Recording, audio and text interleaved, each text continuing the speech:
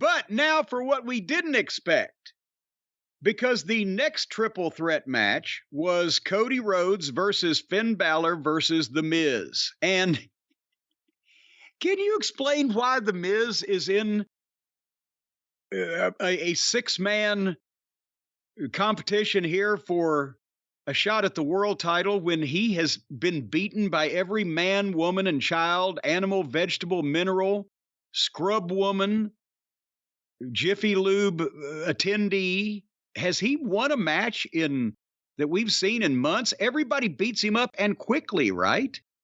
I can't remember the last match he's won, but more importantly, I feel like the last several times at least that we've seen him on TV, he's not been wrestling. He's just been treated like a goof, one segment after another. So, but he's in it. Well, I get because they like seeing him get beat up. Well, you know what? Also, if you're trying to fool people watching the match into thinking they know what the result will be, watching that match, you think you know who's going to lose. It's going to be The Miz. No one thinks Cody's not going to win. So I don't know. Maybe I'm overthinking it. Well, nevertheless, I was wondering here, there are two heels. You got Miz, you got Balor, so at least Cody, and obviously I think Cody probably had some feedback in this, because why would he want to be a baby face in there fighting another baby face? So this was presented better, and even though it started at 100 miles an hour and they went to break in under 2 minutes, it was Cody looking good against two heels and staying strong. And after the break, they came back. It was the top of the 9 o'clock hour. This is what they wanted everybody to see. And Cody, again, looking good against both. He hit a double Cody cutter. He was making the most of this. It still wasn't going to be a match that he could sell and get a ton of sympathy and blah, blah, blah, and have peaks and valleys. So it made sense that he would again look like he's kicking a shit for the most part out of two heels. But there were lots of false finishes and the save and then the dumping the third guy to the floor. But everybody's work was fine. And then finally, Cody hit the crossroads on Balor and Miz saved it. So Cody grabbed Miz and hit 3 in a row on Miz. So you knew he was doomed and covered him. And there is Brock. How did they get that big motherfucker to the ring in the arena without people popping and screaming and yelling, seeing him? Because he was there at ringside when moments before he had not been there. Did he come up from under the ring? I don't know, because they didn't shoot it.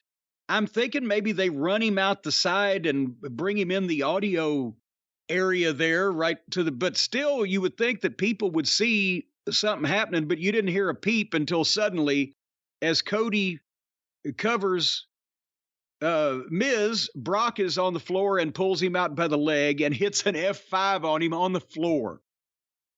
And again, because of it's a triple threat, no DQ, lazy booking, the referee has to just stand there and look at it. And that's the only thing about this angle I didn't like, but I'll continue on with what happened. He pulls Cody out. He hits the F5 on the floor. He's got a black eye and the big gash on his head where you can see this. He's got stitches. And as he's standing over Cody, Finn Balor hits the double stomp on Miz and covers him 1, 2, 3 and wins the match. And then Brock grabs Cody again and F5s him through the announce desk. And everybody in the match is gone and etc. That's all over now. And Brock grabs the microphone and asks Cody, "What do you want to talk about?" "I want to talk about me." And he grabs him and cuts a fucking promo over him looking like an insane person with that bashed in face while Cody's laying there selling, and challenges him to a fight at the Night of Champions on May 27th. And I love the angle, except for they didn't even need for the referee to see it. When you think about this, what had just happened? Cody fucking hits the Balor with the crossroads, right? And then he grabs Miz and he hits crossroads and crossroads. And Crossroads, as soon as he grabbed the Miz, if fucking Balor had started to stagger up and just fell backwards through the ropes and tied his fucking foot in the rope, where the referee is, oh my God, the man's stuck upside down. He's trying to loosen the fucking foot. Right at their last third Crossroads, Brock could have pulled him out, give him the F5, and fucking the referee turn around after he's freed Balor and see Miz laying there. Cody's on the floor. He don't know what happened, and you get a fucking finish that without the referee having to look and then still count the pin for the heels win. Just, again, did I just have it drummed into me by so many smart people like Bill Watts and Jerry Jarrett and Bill Dundee and Dusty Rhodes or whatever? Don't put all your heel heat on a referee. I mean, you're right. I mean, they do a lot of things that aren't right. But I mean, I don't think most people don't even know who the referees are. Well, that's all right. But nevertheless, so Brock has taken Cody out of the World Heavyweight Championship tournament and has challenged him to a fight, and now they've stolen the belt from Cody that his daddy never knew was going to exist in the Garden. What do you think of that? Are they gonna? I mean, they already stopped the inevitable with WrestleMania. At least what we all thought was inevitable. The question became, okay, how are you going to not lose all the momentum with Cody between now and whenever he wins the belt? They go right into the Brock thing. Then after that starts, they announce the new championship. Now they screw Cody out of that. Remind everyone, just in case anyone forgot, he also can't challenge for the AEW championship. Oh, well, I don't think that's going to... No, but I mean, on the horizon. But I guess that's the point. Dusty Rhodes, very successful with frequently chasing the belt that he won 3 times. Cody Rhodes was chasing one belt, got denied. Just began a new chase, got denied. How long can you propel this? Could it be he gets through Brock and then gets another chance and Brock costs him again, and then he gets another chance and someone else? How much can you keep doing this? Well, it's yet to be determined. But now in this one, I'm not that upset about it because remember we said, well, it's going to make him look like shit if he gets the consolation belt.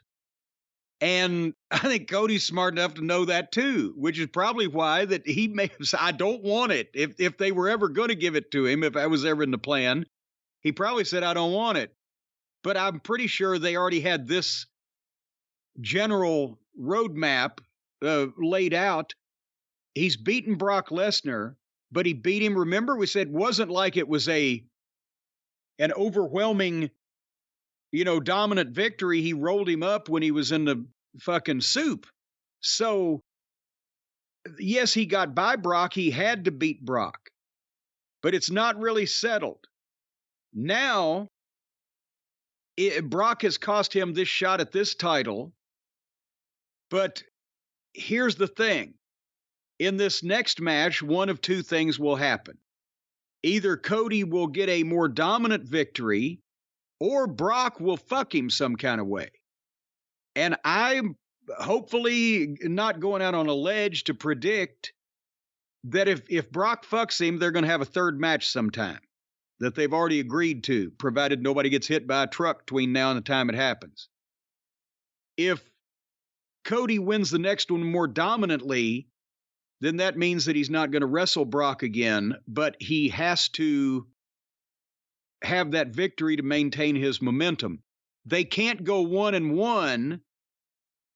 Like, for instance, who was it in the rivalries they just did? Was it Rock and Cena? They determined 1-1 one year and they brought it back next year. And Rock Cena, yeah. Okay, that worked, a 1-1, so you never really determined who was the better one, but the guy that was more regular won the second one. In this case, if they were going to do 2 matches between Cody and Brock would have, only 2, I should say, Brock would have to win the first one, Cody the second one, if they weren't going to go for a third. But Brock couldn't win the first one because then that means Cody would be doing a job for Reigns and then doing a job for Brock.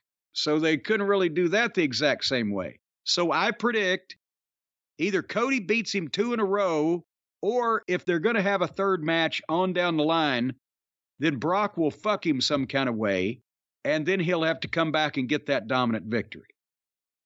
But they can't, to answer your other question, they can't do that too much or with almost anybody else because, which is probably why they're doing it with Brock.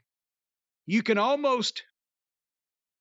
get a pass by getting beat by Brock Lesnar, right? But almost nobody else, because everybody else the people view as human and one of the boys, not special. I guess, you're right. But I guess my fear is that we're going to prolong Cody winning the belt so long that it's not going to mean what it could mean. Now, I didn't say they wouldn't do that. And WrestleMania was clearly the night. And even, look at the reaction he got in Jacksonville. He definitely seemed like he got a bigger reaction than everyone else. I almost think it would have been more effective if he beat Brock. Brock chalked it up to, okay, you got me. I'm going to get you again one day and just move on. I don't want him to get stuck in a thing with Brock. We'll see. Maybe it'll end up being really good. Well, but see, the thing is, they need him stuck in a thing with Brock because they've got so few main event guys that are really main event guys. It's Cody, it's Brock, it's Reigns, it's... Help me. That's my other question where I was going next, and I apologize if you hear Swami. FedEx is here. But if Rollins is going to be one of the guys in the match after this night here, and we see who's in the three-way matches on SmackDown, the problem is Roman Reigns feels like a world champion because he is. Cody Rhodes, right now, feels like a world champion because he likely should be. You mean to tell me that about Rollins or anyone else, whoever's going to win this title? That's the problem, too. If you don't put it on Cody, you're putting it on someone who probably shouldn't be a world champion. Well, but I have a feeling that their overall goal is to probably have this secondary title. The reason why, they don't think it's secondary, but it'll be secondary. And the reason why Cody's not in it anymore is because they don't want to put it on him, and he doesn't want it because at some point, and it may be all the way till next year's WrestleMania, and boy, that might be stretching things, Cody's going to be the one to beat Roman Reigns, or they're just wasting their fucking time. So however they think they can stretch this rubber band to get to that point, I wish them good luck, but there's not a big talent roster to put in the middle of Cody and Reigns to keep people busy that long. Well, on the topic of Cody Rhodes, he is someone who frequently seems like he has the world by the strings, but somehow things constantly go wrong. That's a lot to deal with. Maybe he needs someone to talk to. Well, as a matter of fact, that's why I think that he starts every interview that he does with, what do you guys want to talk about? Because he has been, in the past, involved with the folks that we love at BetterHelp. Well, we can't say that. We could say that we think it would be. Because it's all about talking. It's all about talking at BetterHelp. Of course, they're one of the sponsors of our program. They sponsor many of our programs, and it's with them, it's all about talking things over. And that's why he says, what do you want to talk about? Because he learned that from the fine licensed therapists that are awaiting you at BetterHelp. We don't know that. Let's just state for the record, there are therapists waiting for you, but we don't know that Cody Rhodes has ever used them, and certainly not that he stole his catchphrase. Well, it just seems funny, is all I'm saying. It's very coincidental to me, because BetterHelp is all about talking things through. And folks, as they will tell you themselves at BetterHelp, therapy is all about deepening your self-awareness and understanding. Sometimes we don't know what we want or why we react the way we do until we talk through things.